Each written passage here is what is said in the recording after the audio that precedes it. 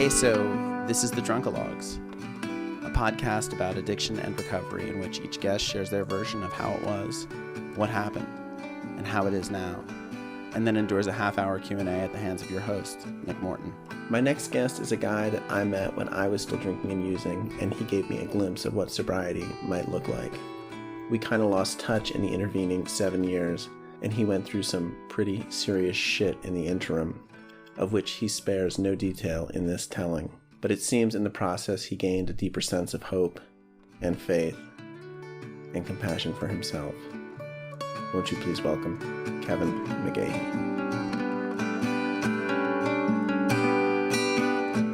You know, I mean, the standard thing, like how it was, what happened, Yeah. how it is now. Kevin McGahey. Go. Let's hear it. Thank you for having me.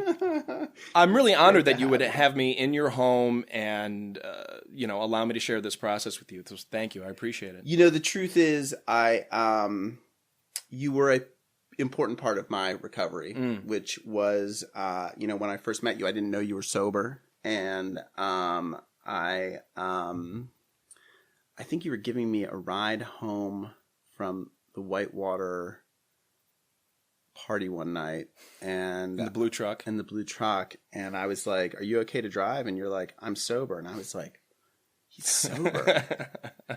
And and then I kind of like, I just saw you in like a new light from that. I was like, I'm sort of studying you because obviously I was like, I mean, that was maybe like whatever. It was not that. It was 5 months later I got sober, now that I think about it. So it was quite a while. So I had some time to like look at what you were doing, and like I just like, I admired your openness and your enthusiasm, your humility, and in some ways I was like, I want that, and that's the thing, it's a program of promotion instead of attraction. And I was like, I don't know if I go so far as to say I was jealous of what you had, but like... It's weird being around people that are in recovery when you're still in it, because you kind of get incepted by this idea. Like, you see somebody that has like a little bit of freedom, maybe like a little bit of, right, they're able to freedom. operate. Yeah, they're able to operate on a little bit of a higher level.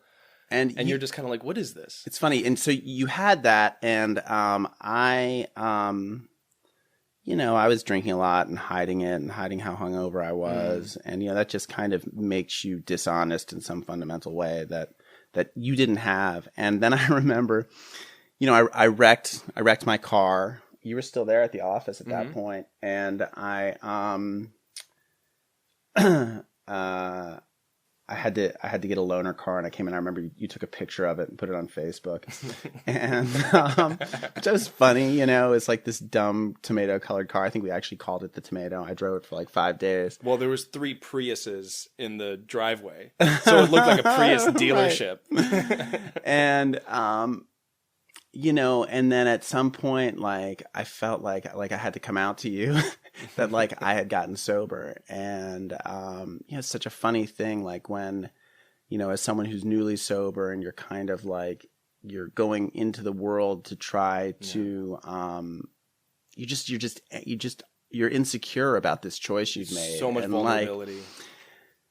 Of course, everyone in recovery is just like, you welcomed me with open arms. You brought, you invited me to your meeting that I think you were the secretary of the meeting at the time. And, I just, to me, it's so funny. I was, I was so accustomed to being treated, or I just expected to be treated specially everywhere I went. Yeah, right. I just expected special treatment. And like, the funny thing about this program is you don't get it. You don't get any special treatment. And I didn't get any special treatment when I showed up at your meeting, but I was invited into an intimate thing that, like any meeting, just blows your mind. And it's like, it's just amazing, like how simple the things are that people in recovery are able to do and how helpful it is. So anyway, that's the context I was going to maybe give or not give. But so yeah, let's hear where are you at now? What's happening? Who are you? Tell us your story, McGahey. So I'm Kevin M. I have 2 years sober. I live in the Valley. and I work in the substance abuse field. Right. So as a counselor, I'm on track with getting my associates in addiction studies, and then getting my law degree after that to be an advocate. So that's the current path. As you know, I was an entertainment professional for about 8 years. I worked in television sales. I worked in indie film with you.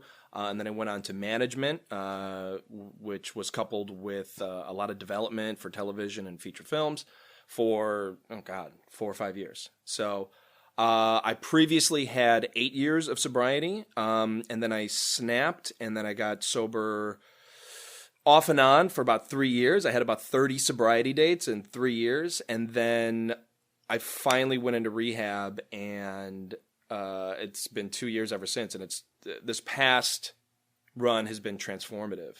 So I guess it goes back to my mid-20s when my first meeting, I was pouring sweat. Right. I had a DUI at 9 a.m. in Chicago in church traffic, right? After an 18-hour session. Right. And I was the designated driver.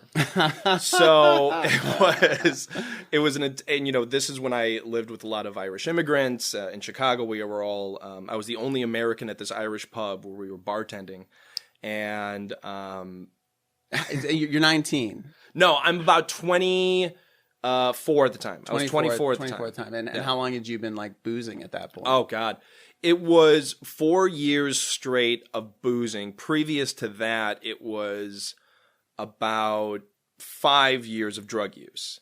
I come from an alcoholic family. And so had you stopped the drug use at this point? Or you No, the drug use, there was... the drug use preceded the alcohol use. I was at the Comedy Store a couple months ago when Argus Hamilton, who's great, he goes, I like mixed drinks. I like, Jack Daniels with cocaine. So you start doing drugs when you're how old? Oh God, I was doing drugs since I was 15. I was drinking alone. What was like the first? What was your first introduction where you're like, this is the thing? Well, I mean, look, I grew up in an alcoholic household. My mother is now 25 years sober. Wow. My father died of this. He never got it. He just never got the thing. How old were you when he died? This is a year before I started Whitewater. He died a year before I met you. Wow. Yeah, and I was still reeling from that, but I was very manic at the time, and it was... I had all this untreated mania at the time. I liked the mania. It's great. It's great to tap into that. It's nice to have that around sometimes. Get that electricity going. So at a very, as a child, 6 or 7, I'd get past beers and all of that. My brother and sister were very much older than me. I was very much an accident, so I had two sets of parents growing up. But... at 12, 13 years old, I was sneaking drinks late at night by myself, Dad's whiskey, and we had a huge bar. Right. So I would be sneaking those drinks, very late at night just so I could sleep. Because even as a kid, like I had, in junior high and especially my first year in high school, there was just all this, self-hatred and like anxiety. Over everything that I did. Yeah, I was having that this morning. Yeah. So you drank a ton of coffee, which makes it great. Makes it all much better. But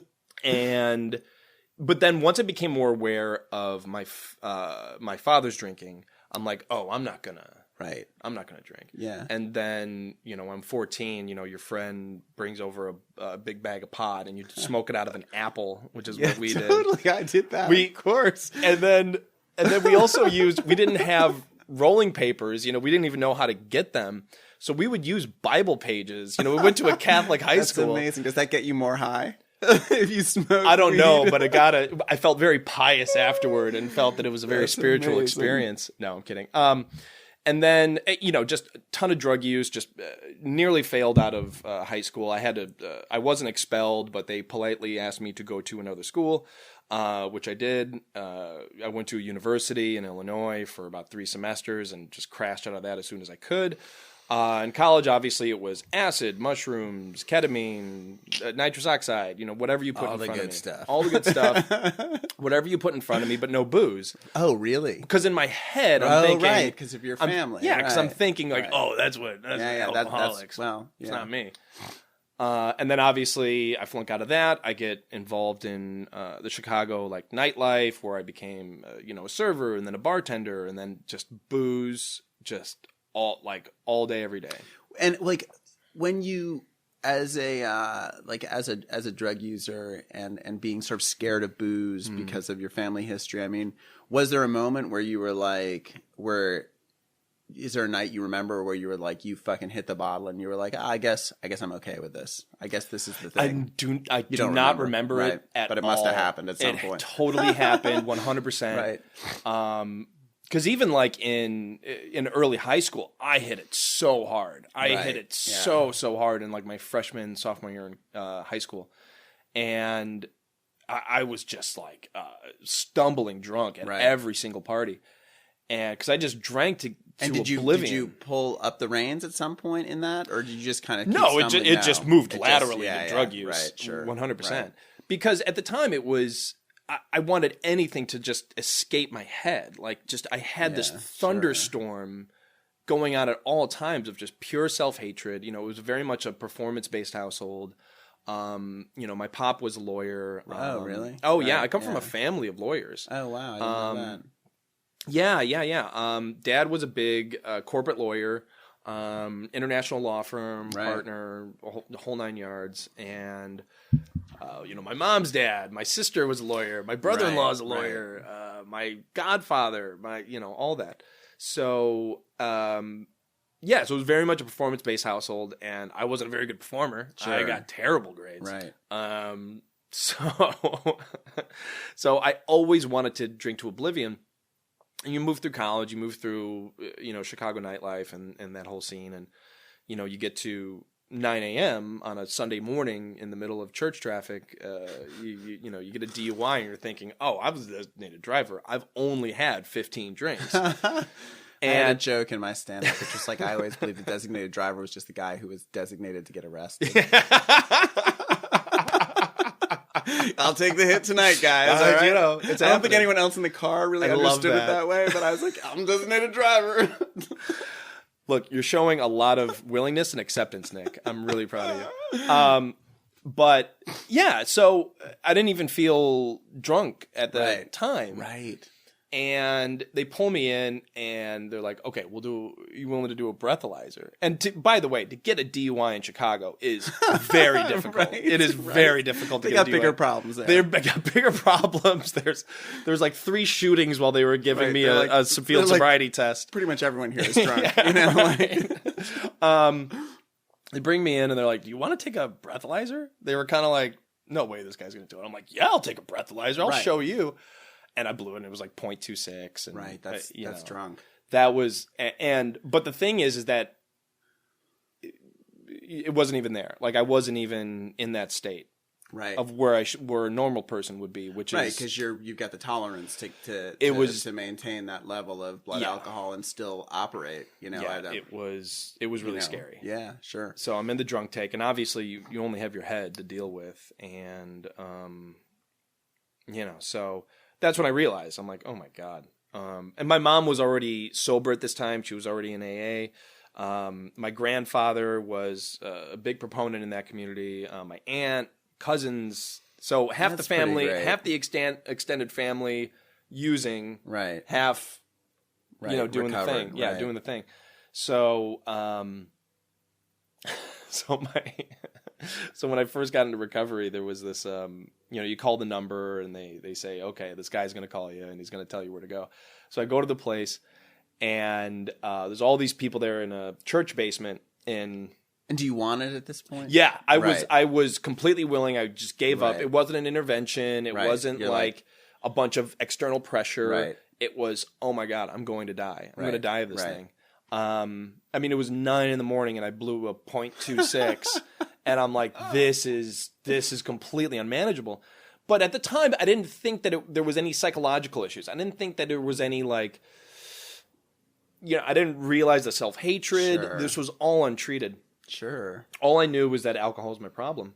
Yeah. And there's this guy named Sterling, if you can believe that, calls me up in just really gentle voice, and he says, come to this place at this time. And so I go to the place, and he's this 6'4", 50-year-old Urkel-looking guy, like pleated khakis, like tucked in. He looks like a Bible salesman. His name is Sterling. And he has the most gentle voice, and, everybody's telling their stories, and I am an exposed nerve. I'm pouring sweat. The DTs came in very shortly, after like 12 hours later. Right. And I'm just diarrhea of the mouth. I was just like going blah, blah, blah, blah, blah, blah, blah, blah. And it goes to him, and he goes, oh, God, Kev, it's so good to hear your story. I always love seeing, newcomers come in. I mean, it reminds me of, 10 years ago when I was, at the Chicago rail yard smoking dick for crack. And I go, what? Again, this like Bible salesman.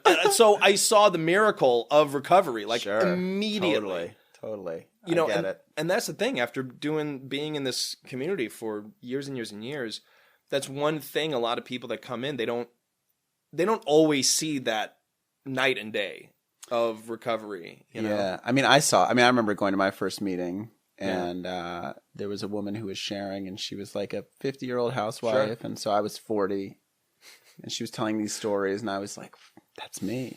Mm-hmm. And then there was a 40-year-old young parent telling his story, and I was like, that's me. Yeah.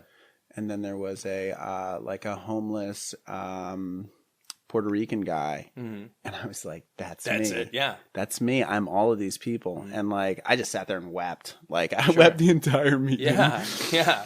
And never looked back. But anyway. There's a weird joy in that, though, because you realize you're not alone. Like, you realize, like, it's so... Because we're such islands. I was such an island. There was nothing... There was no sense of what was around me or that like, anybody else... I sat there, like... I'm sorry for people who... I've said this before, but I drank a hole in my stomach when I was 18 years old. And, like, I didn't stop drinking for 22 more years. Yeah. And, like, I always wonder, like, why no one sent me to a meeting, Mm-hmm. And someone told me, like... Someone probably did send you to a meeting, but you were just like, whatever. You also come from a pretty waspy background. Yeah, where you don't it's do like, this stuff. Yeah, right. You don't do this stuff.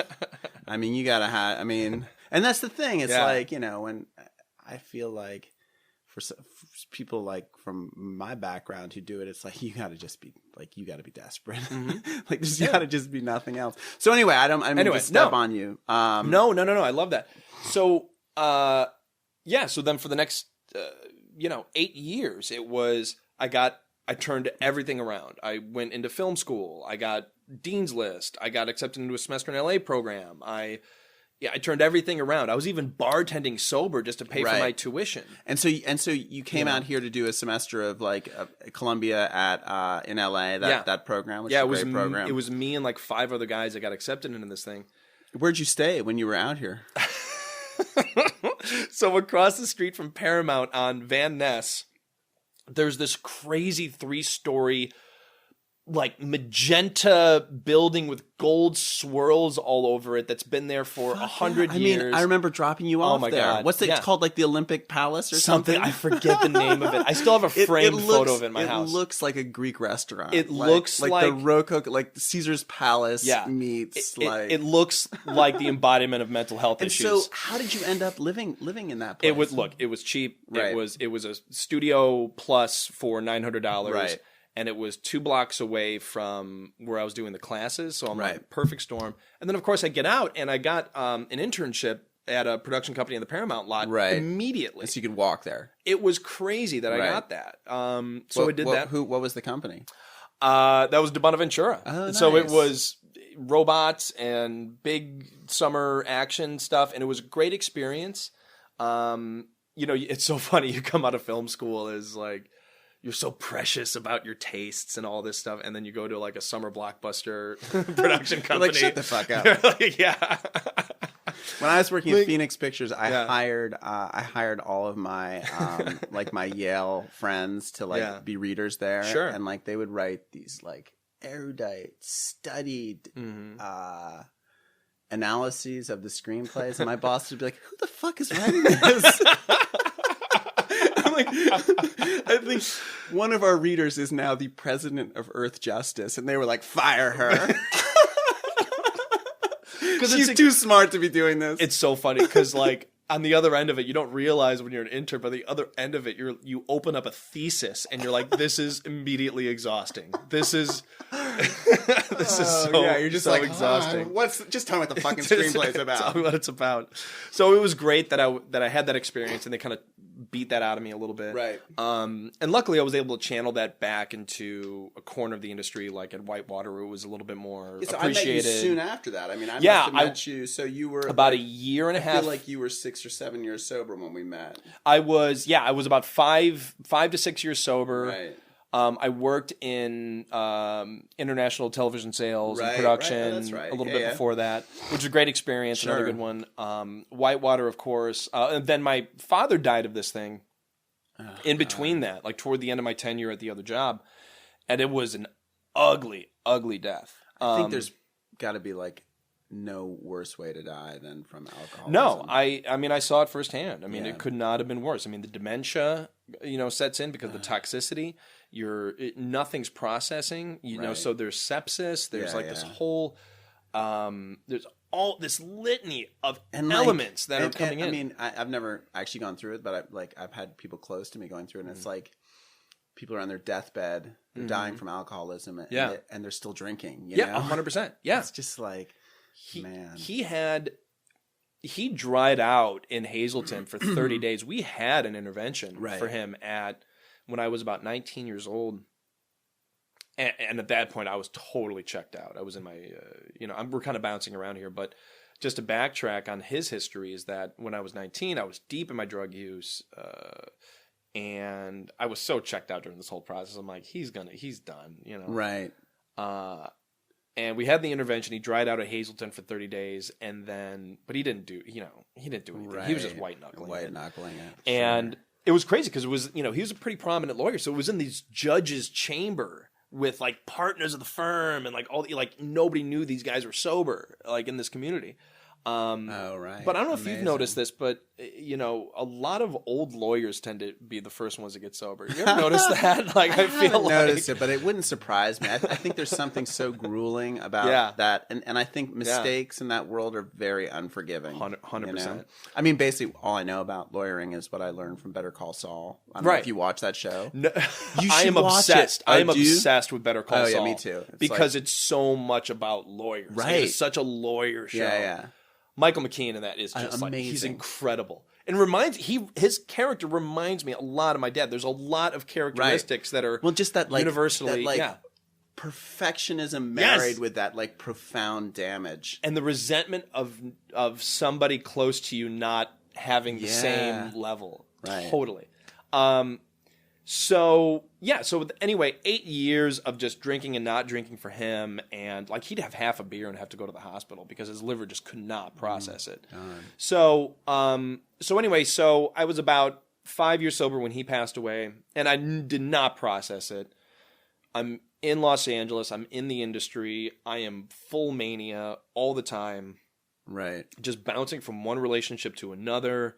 Not having any real friends, and the ones that I had were always, very standoffish. They were always like, they could only take me in small doses, right? You were kind of intense. Yeah, I was very intense. And so then I go from Whitewater into literary and talent management that also had a production development arm. Yeah, sure. And I worked for the partners, and my mania was just like through the roof at this point.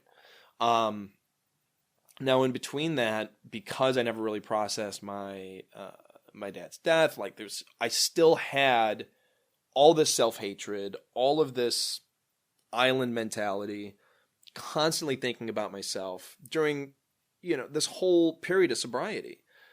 There was so much that was treated, but so much that wasn't. There was this big chunk in my life that just wasn't addressed at all.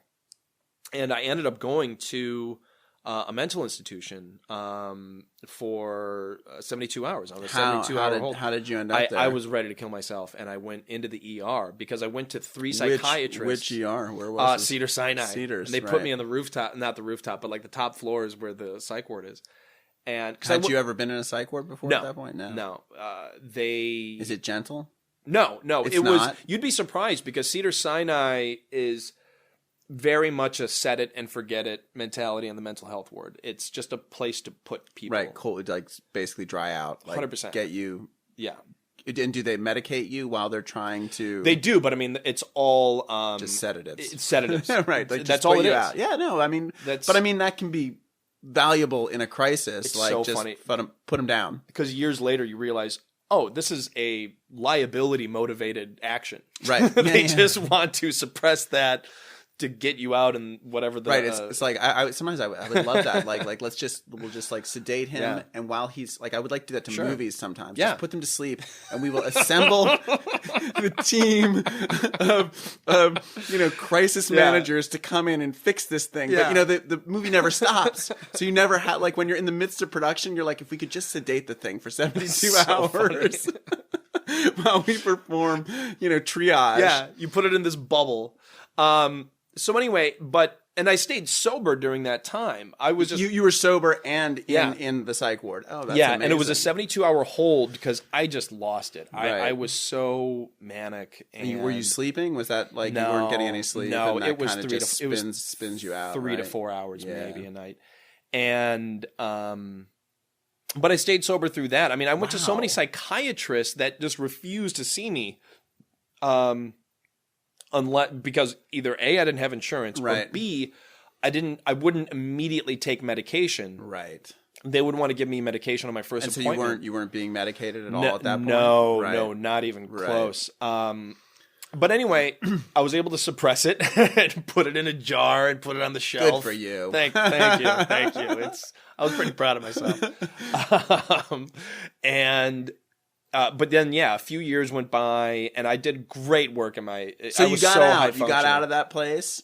I got 72-hour hold. I got out of Cedars-Sinai, and then a few more years at work where I did really great stuff. But every mistake I made was just like a deep cut. To yourself personally? To myself personally. Yeah. Whereas you're in the entertainment industry, you're doing you're at the top of your game. You have 10 fuck ups a day. Well, I mean, that's what Sherry Lansing always said. If you haven't made 11 mistakes by lunch, you're not doing this right. Sure. And I'm always like, God, I'm not making enough mistakes. But I think she's right. You gotta be taking chances and trying stuff. 100%. And if you're not, then you're. But I didn't have that. Right. I didn't have that thing. All I had was you did something wrong. Yeah, sure. I mean, when depending on what you're sometimes like when you're particularly when you're servicing clients and you drop a ball, it's just like there's no like, hey, you were trying something exciting. It's like just being it's like what am I fucking paying you for? It's like herding exotic birds. Right. You can't look anything in the eye. Like everything needs to be managed in its own environment. It was exhausting. But anyway, and then after a few years of that, I completely snapped. Do you remember the circumstances? Like there was the TikTok of it all. No, there was an HR shakeup at the company, and a lot of stuff got put on me. Oh, right. And it was instead of bottlenecking the process and being honest with everybody and saying, too much. This is not getting done. If you need this, X, Y, and Z is not getting done. Right. And just like you would in any job. If you were a plumber or, a stockbroker, and just be honest and say, oh, that's not within my capabilities at all. Right. But instead because I needed to prove something and I was still haunted by my father, completely haunted by this memory. So there was all this lingering resentment of myself, and it was just a really bad day, and I just snapped. And I shaved my head. I went to the corner liquor store, got a 6-pack. Where did you shave your head? At home. I went at home, shaved my head, just got a 6-pack, and my tolerance was so low after 8 years. I can only imagine. 6-pack. I mean, I drink sometimes I'll have a kombucha with a tiny bit of alcohol in it. And I'm like, I can feel it in my veins. And I'm like, that's got booze in it. That actually happened to me previously. But so after 8 years, I snapped, started drinking again, and then So you took this 6-pack. yeah.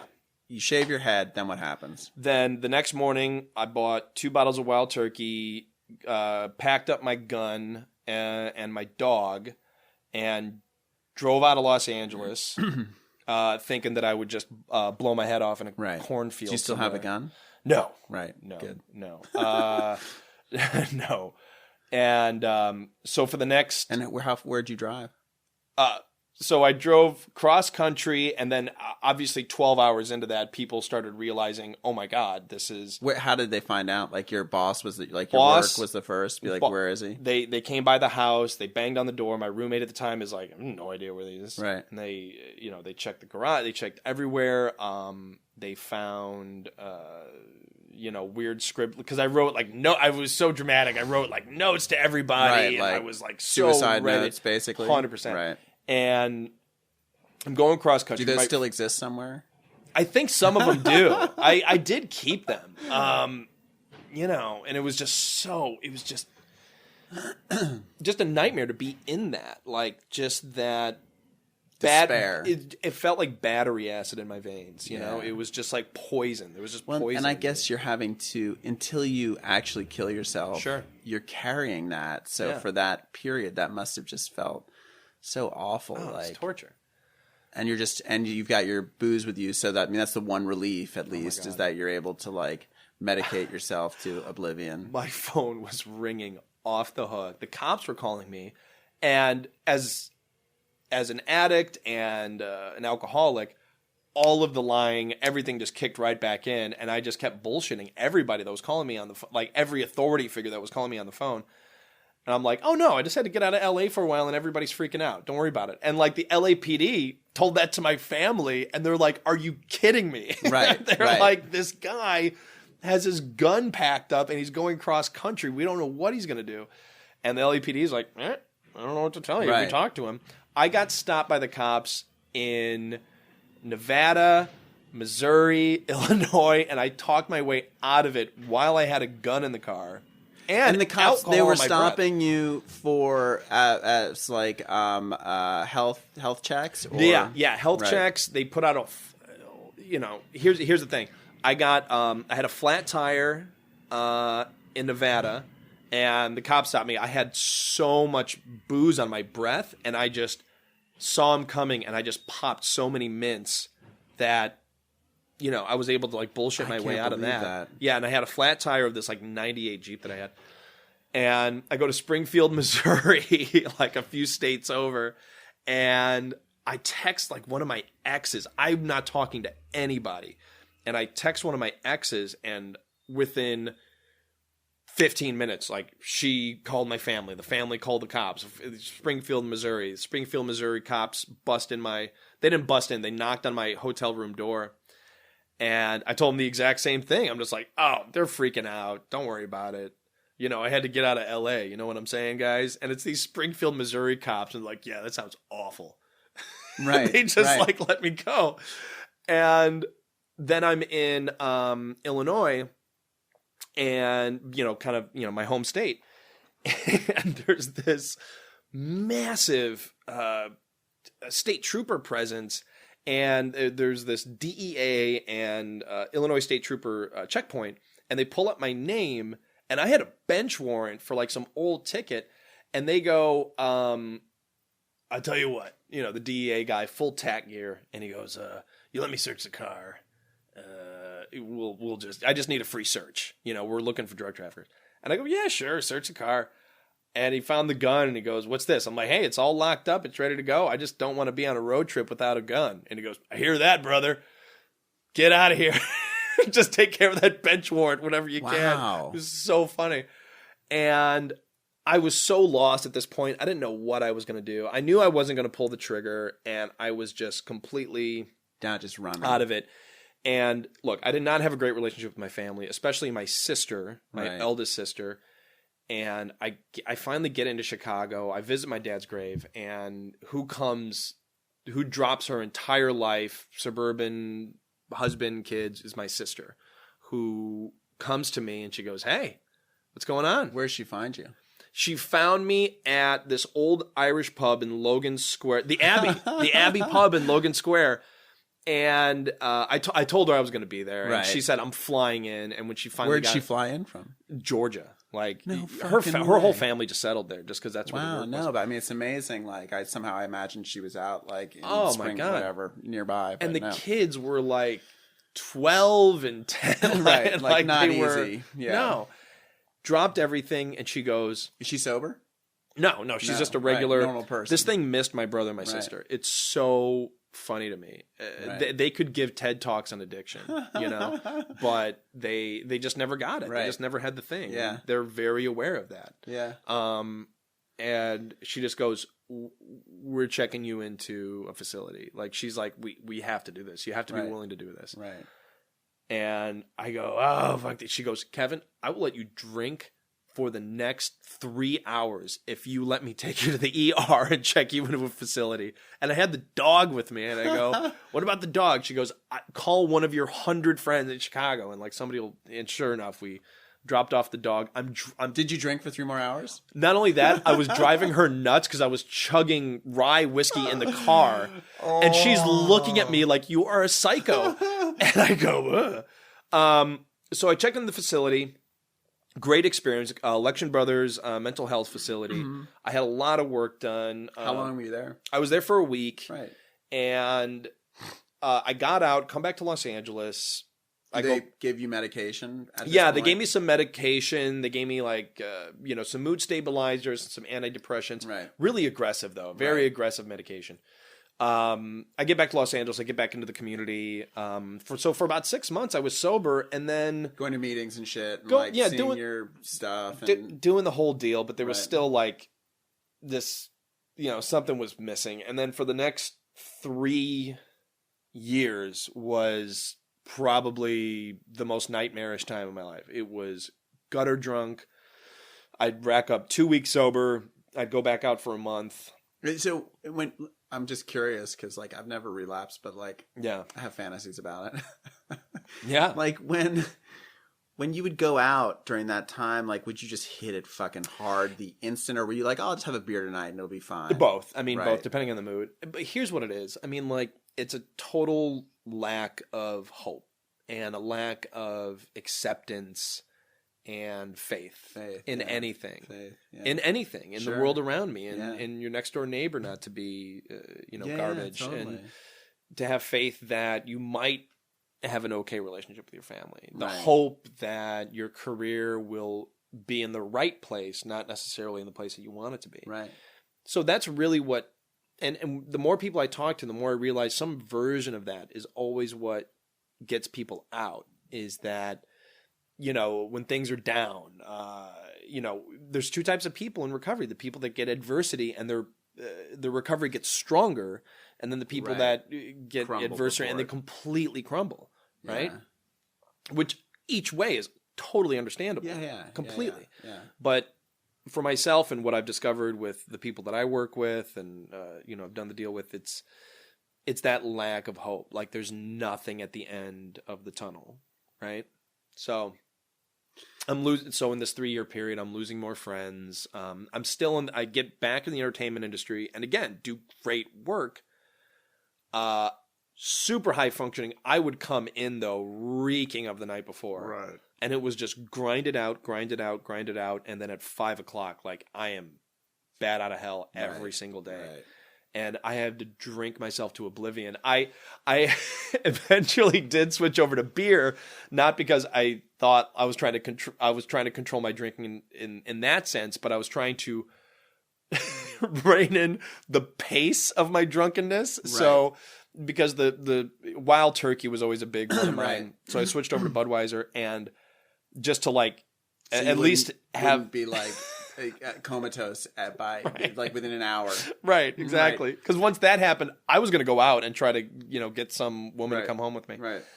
and my recycling bin was like the mecca of all of the really all the unsheltered can collectors would come. all the can collectors, all the unsheltered folks would like come by, and it was so alcoholic. I mean, it was an entire bin of aluminum. Right. it was, like the ball pit at McDonald's. Right. Like you're, would you crush them before you stuck them in there, or no? No, that would be exhausting. Are you kidding me? Maybe you could fit more in there. It was 12 to 18 beers a night, and then on the weekends, first thing I'm doing, whiskey and coffee, drunk dialing my family, drunk dialing exes, spending the weekends going to bars, picking up women, and because I'm manic and I'm so alcoholic, like I would be able to spend so much time on dating apps and hookup apps that I'd be able to get somebody, at my place immediately. And I'd get up in these weird places with these, it was so unmanageable. And then like at one point I came out of a blackout drunk from I was at Residuals, and then I'm in Studio City walking down Ventura Boulevard out of a blackout. I had no idea how I started walking down the street. Where am I? Right. And I'm like, my phone is nowhere to be found, and I don't have my wallet on me. So I ran out on Vineland going north, and I just stopped a car. It must be 1 a.m. And I accidentally carjacked this old Korean woman. I didn't realize I was carjacking her at the time, but I just stopped the car, got into the passenger seat, and go, okay, let's go. and this poor woman, I do remember this. It's really hazy, but she's like, okay, yeah. And she's kind of like, I'm like, yeah, so here's what happened tonight. And I'm going off on all of this. Like, oh my God, this guy was an asshole, and this girl wouldn't go home with me, and can you believe that? Like, look at all this bullshit. And SNL shit. Like, she is in the zone. She is like, oh my God, is this guy going to kill me? The codependent carjacker. Yeah. I mean, what do you think about this? Speaks 3 words of English, probably. Gets me home. I throw $10 in her air conditioning vent. I'm like, okay, thanks. And I just roll out of the car. I mean, the car barely stopped at the intersection. Right. I just rolled right out. And about a week afterward, I had, during this time, I was also a patient of the county mental health system under Medicaid. So county mental health system, you can imagine, is not consistent. Right. And it was very difficult to get any kind of consistency with medication. So they'd put me on, they gave me a ton of Ativan, like benzos, just to calm me down. Right. Right. And one week shortly after, like, I realized like all this crazy behavior is just getting so out of control. I'm like, okay, I'm really going to kill myself this time. This is it. I'm done. I'm so done. I can't do this anymore. And I took the entire bottle of Ativan. I Googled, and just like a good person in the entertainment industry, you do your research first. You make sure that this much is going to kill you. I'm like, oh, great. We're good. This will definitely kill me. So I took all the Ativan, and I'm like, I'm going to bed. And I didn't contact anybody. I didn't do anything. It wasn't a cry for help. It wasn't like it's the real thing. No, it was like, yeah, I gotta do it, because I didn't have my guns at the time either. Right. Because everybody took them away from me, and then I woke up. How much later? How long had you been asleep? Oh, it was like 12, 13 hours later. It still gives me chills, waking up from that. Like, you go to bed thinking you're gonna die, and then you wake up, and you're like, "Am I dead?" Yeah. Did you think you were dead when you woke up? For about 3 seconds. You're like, oh, this is heaven. Or whatever. I don't know. You should have seen my plays at the time. It was pretty bad. At least some version of purgatory. But it was a very... And that's when I realized, like, oh my God, this is something that I should have died then. And again, it was the self-hatred. It was just like, I couldn't get to a place, like, you can't kill me. You can't. Yeah, exactly. You are no match for I couldn't me. believe it. It was so crazy. I tell people that. I tell doctors this, and they're like, "That's insane." They're like, "I've heard some crazy shit." They can't believe that didn't kill you, because I tell them the dosage. And they're like, "That's a fatal dose." Insane. That's a horse. That's a horse right there. Huh. So anyway, So, but here's the thing. I still have a ton of benzos still in my system. So I am messed up. But I'm like, oh, I don't know what to do right now. I can't process any of this. So what do? I get to the liquor store immediately. I go to my default. Right. Except here's a funny thing though. What they don't tell you about benzos is the mechanic side of your brain doesn't know how to process right and left. So I get on my bicycle, because I didn't have a car at the time, obviously.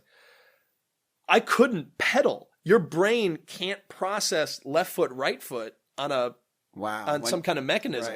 Right. It was so bizarre. And so anyway, so I walk, a mile to the liquor store, get as much wild turkey as I can, get plowed, bust my head open on the wall because I was flopping around. I mean, where are you? At home. Right, I just trashed the place because you're just this marionette puppet when you're on so many benzos. Split my head open, pool of blood. My roommate walks in, thankfully. Get to the I don't remember any of this. I wake up in the hospital with a whole row of staples on my skull. And the nurses come in like, hey, in a really good mood. Like, hey, how are you? I go, what the fuck? And they're like, oh my God, you were so funny last night. I'm like, what? Apparently my sense of humor was still there with all the wild turkey and benzos, because it was like a party when I woke up. Like all these nurses like, oh my God, like all this. How does Staples feel? They having no idea my history or like how bad I was. They just thought I had a bad night on the drink. I'm like, oh my God. So the next day I call my sister and I tell her everything that happened. And she goes, I need to hang up the phone. I can't process this. I'm going to figure this out. She had to, in a very Irish way, had to compartmentalize this and get into the solution. She calls a friend, blah, blah, blah. I get referred to a dual diagnosis rehab down in Costa Mesa. Right. I get down there. Transformative. How long are you in that place? I'm in there for 2 months. Yeah. I was in residential. 7 days. They're like, 7 days ain't gonna fix this. They wanted me there for like 6 months. Right. And that's it. And how does that program work when you're there for 2 months? It's everything. It's like they have therapy and medication and. Here's the thing. Anybody that is looking to get into some type of residential treatment facility that feels like there's a dual diagnosis element there needs to make sure that there's a psychiatrist on staff. Right. And that's what this place had. Because whenever they're bouncing around to outside psychiatrists, it gets really messy. Yeah, that I've heard from people that makes sense. in recovery that have the other things. Yeah. And I was very grateful to have that. They put me on a very medium dose of a very reasonable mood stabilizer, which I'm still on today. And it was, very much a spiritual program there, a 12-step program there. There's a ton of fellowship. And just the community that we had there, the guys from all over the country. It was an all-male facility, all residential. It's so funny. There's down in Orange County, especially like in Costa Mesa area, there's so many rehabs, but they're all embedded in these residential neighborhoods. So you have to, it's not like one big facility where you have like all these rooms and group rooms and all this stuff. You have to go to these separate facilities all over town. So there is a fleet of conversion vans that's just shipping drunks and drug addicts.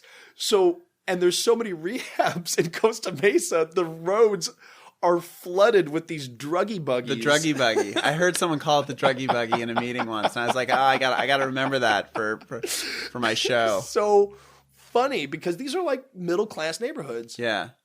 Somehow like rehabs have gone around the zoning element. Yeah. It's so funny. But it was an incredible experience. I still hold, I had a great sponsor. I had Do you still have that? Is he still? No, he was my temp at the time.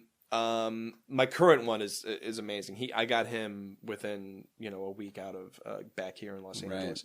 But it was a transformative spiritual experience where I just had hope and I just had faith. Where do you think the hope and faith comes from? I mean, this time. I was so beaten down, and the cure for the self-hatred was incepted a little bit over the last few years. I did this when I got out of the mental health facility, when I went on the gun run, right? Yeah. The first therapist I had in Los Angeles, this guy named John Berardino, whom I still have a relationship with today.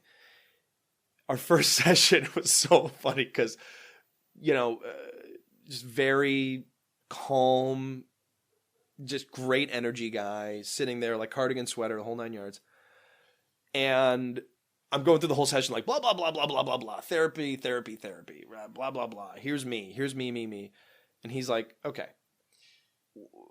what do you think about self-compassion? When I say self-compassion, what do you think of? I go, oh, narcissism. And he goes, great, let's start with that. Right. I think we have a place to begin, right? Yes. So that idea was incepted for a few years, but it wasn't until I got into this place and about 2 weeks in that I never did any type of spiritual meditation, whether it's on your knees or like in a very, present stance or anything like that. And then I just woke up one day and I just felt lighter after doing it. Right. It was just this weight that lifted off of me. It wasn't like a road to Damascus type moment where I had rainbows coming out of my ass and the sun was shining all day. Right. But it was just this very practical, feeling of being present at all times. And I've carried that with me ever since. Do you still meditate? Oh, every single day. Right. I get on my knees and then I separately meditate with different, things in my earbuds. Sure. And I just did the thing, very actively, and just became more compassionate with myself. Despite, in addition to all the 12-step literature that, we're all flooded with, there's this great book called The Mindful Path to Self-Compassion from this guy named Chris Germer, Germer. It's just very practical self-care. That's it. Right. It's not, these self-care books are so funny. Like when you go through the bookstore or on Amazon, it's always these titles that are just trying to get you to buy, like, you're a fucking rock star. Just... this one is just, it's very even, and that's where I'm trying to live, is very much in the even place. And my life is completely changed. I didn't go back to entertainment. I went to the tech arena, which I had no experience in. I was the chief of staff at this great tech company that I've since left, but great relationship with them. Right. I was just an operations guy, just doing legal and accounting. Right. And got all my stock options and all that 9 yards. And then I realized after about 1.5 years that, I work with so many guys in treatment, on a daily basis. I mean, this is my life. This is very much like what I do all day, every day. Right. And all the guys that I sponsor, I realize like, oh my God, I'm spending like half my time in rehab again. Right. Just seeing these guys. And I realized that I have to get into this career. So now I'm a substance abuse counselor, getting my associates at a local college. And are you working at a place here in I was. I actually just left for a facility for ethical reasons, but but it wasn't like I came in and it's something you have to be very aware of, especially in this day and age where there are so many ways to take advantage of insurance as a rehab facility. Sure. You have to be aware of what kind of place you're getting into, right?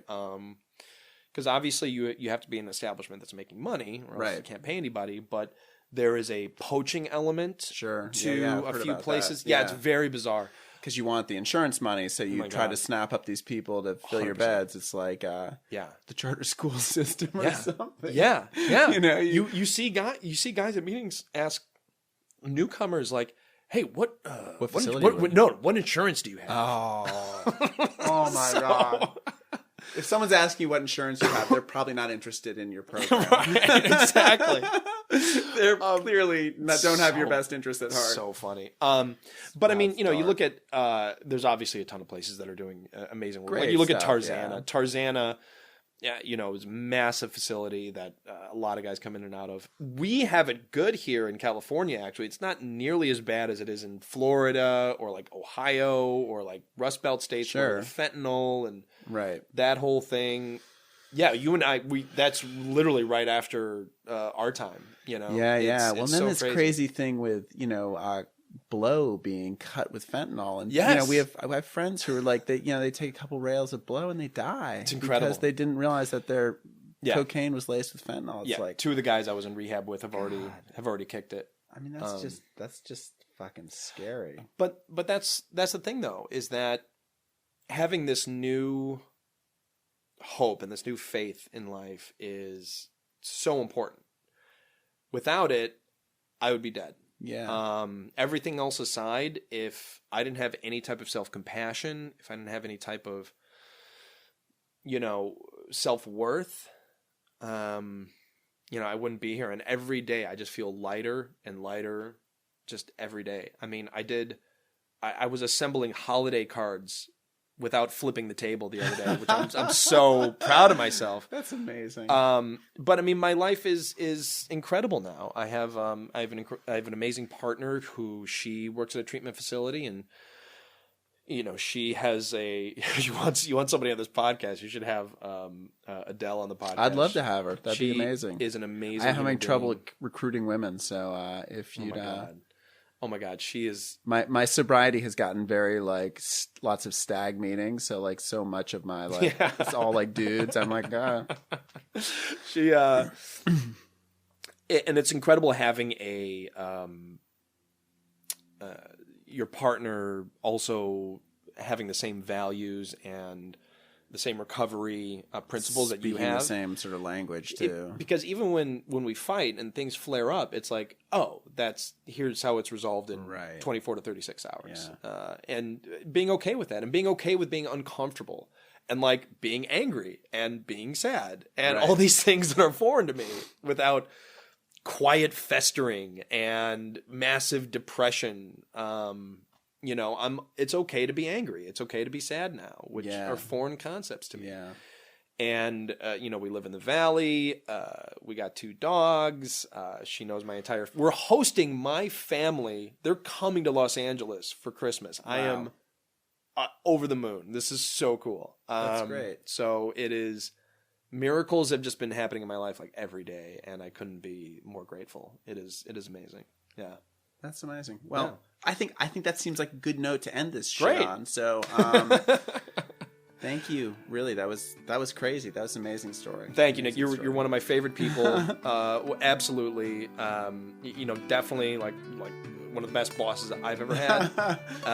So I'm very honored to be able to celebrate these principles with you. Awesome. It means a lot to me. No, that's cool. I knew this would be great. Thanks. Drunkalogues cover art is designed and created by John DeManil, and the Drunkalogues theme song is composed and performed by Stephen Stout. I am Nick Morton.